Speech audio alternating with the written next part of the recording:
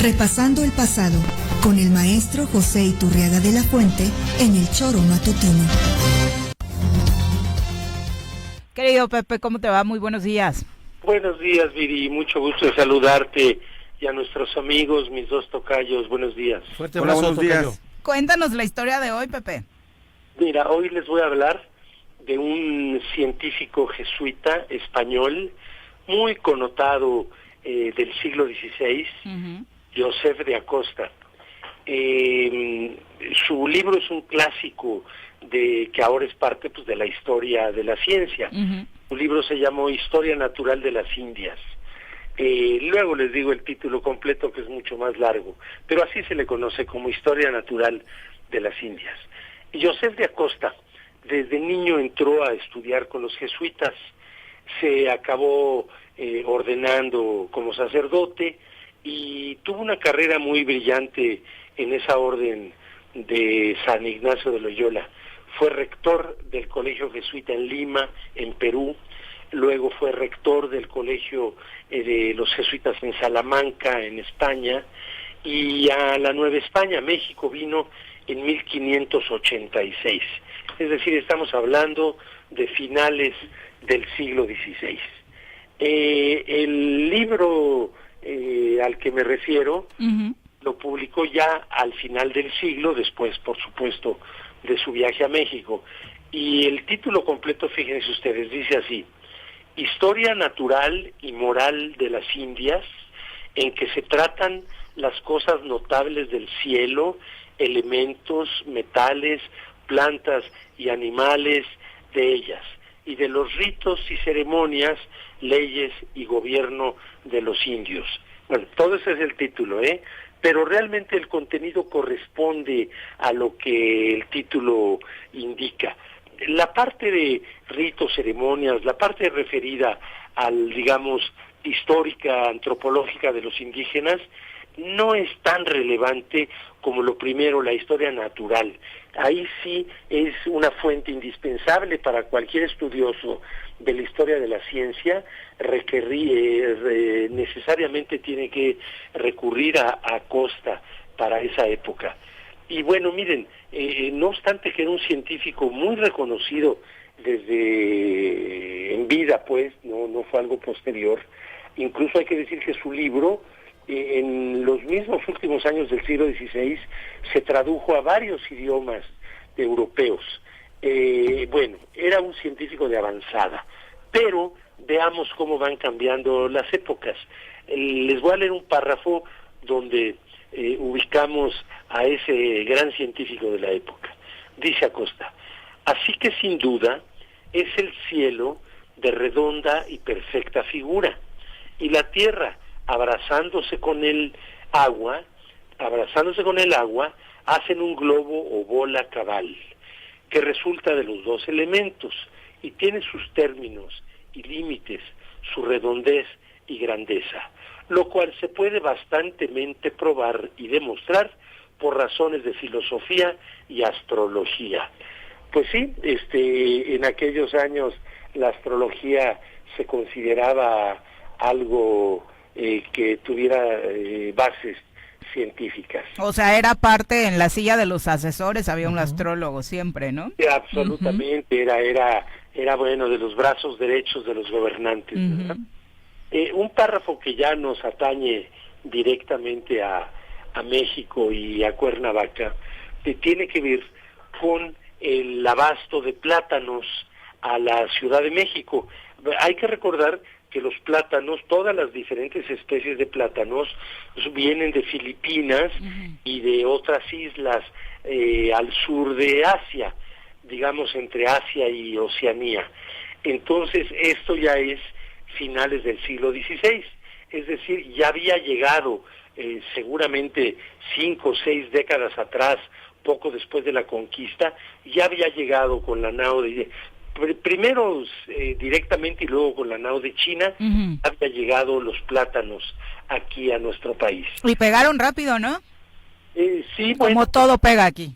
Recuérdense que la nao de China empieza en los 60, es decir, que para cuando escribe Acosta ya habían pasado 30 años, pero cada año iba y venía, o cada 2 años, iba y venía la nao de China, y justamente a eso se dedicaba, a traer mercancías de Filipinas y de China, marfil, lacas, especias, pimienta, clavo, canela, y a llevar y a traernos frutos de allá. Entonces, pues sí, rápido relativamente, en 30 años ya había arraigado aquí. Y quizás antes de la nao de China, por el lado europeo nos podía haber llegado plátano.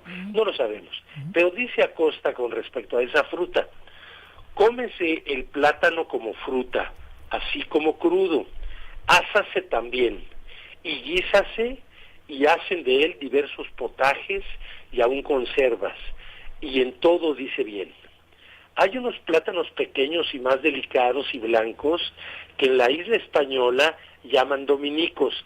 La española, recordemos, es la isla que hoy ocupan Haití y República Dominicana, que en ese tiempo no estaba dividida en dos países como hoy. Interesante que ahí los llamaban dominicos, seguramente pues porque los padres de esa orden religiosa fueron los que lo cultivaron en aquella isla. Bueno, esa es una explicación, una hipótesis mía, pero yo creo que es muy razonable. Luego acaba Costa. No voy a decir lo que yo pensaba sobre la referencia del tamaño, pero bueno. Sí, y después de los dominicos dice, hay otros plátanos más. Ay, Viri. Pepe tan decente. En la tierra del Perú no se dan. Tráense de los Andes, como a México de Cuernavaca y otros valles. Es decir, aquí vemos que Cuernavaca, yo creo que podemos hablar de Morelos en general, lo que hoy es Morelos, abastecía de plátano a la capital de la Nueva España, a la Ciudad de México. Y luego, para concluir, en la parte histórica, ya no de historia natural, de la misma obra de Acosta, él abunda en las tribus nahuatlatcas que llegaron del norte de lo que hoy es la República Mexicana, sobre todo el noroeste, hicieron migraciones hacia el centro del país, y él habla de 7 linajes. Bueno, aquí menciona 5, o menciono yo, traigo 5 a la luz porque son los que nos interesan. Los primeros 4 pues, son los previos. Dice textualmente Acosta de estos linajes.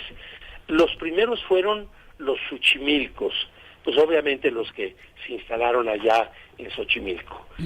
Los del segundo linaje, dice Acosta, llamados Chalcas, pues también que se instalaron allí en el Valle de México, en el pueblo que hoy es Chalco. Bueno, ciudad creo que le dicen. Quizás sí por el tamaño ya de la población. Sí. Luego dice, los del tercer linaje fueron los tepanecas. Los tepanecas son los que fundaron Azcapotzalco. Luego habla, dice, tras estos vinieron los del cuarto linaje que poblaron a Texcuco, que son los de Culúa, es decir, Texcoco. Y cuando hablan de Culúa es la palabra que después nos llega ya en la época de la conquista, como los nahuas en general, los aztecas, le decían los culúas. Pero llegamos a la parte que nos atañe, que es el quinto linaje, y les leo este párrafo. Después, en el quinto linaje, llegaron los tlahuicas, que significa gente de la sierra.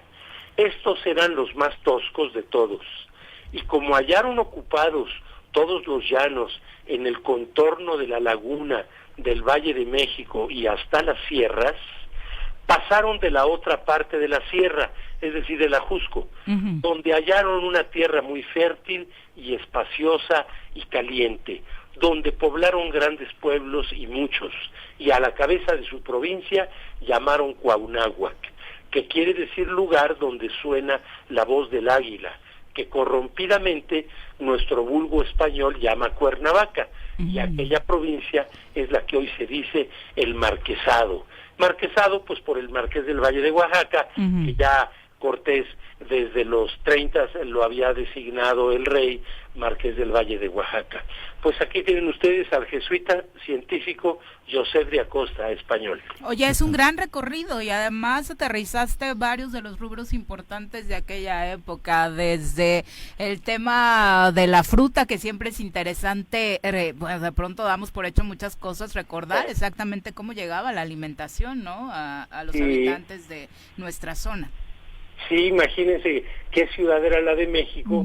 Ya conocemos su mercado a través del propio Cortés y Bernal Díaz del Castillo, que en el mercado se vendían los mismos plátanos de acá de Morelos, cocos de las costas, llegaban pescados salados desde el Golfo de México, etcétera, etcétera. Un mercado sorprendente, según se puede leer ahí. Mandamos a Juanjo Ciguatanejo a la pesca, a ver cómo le va.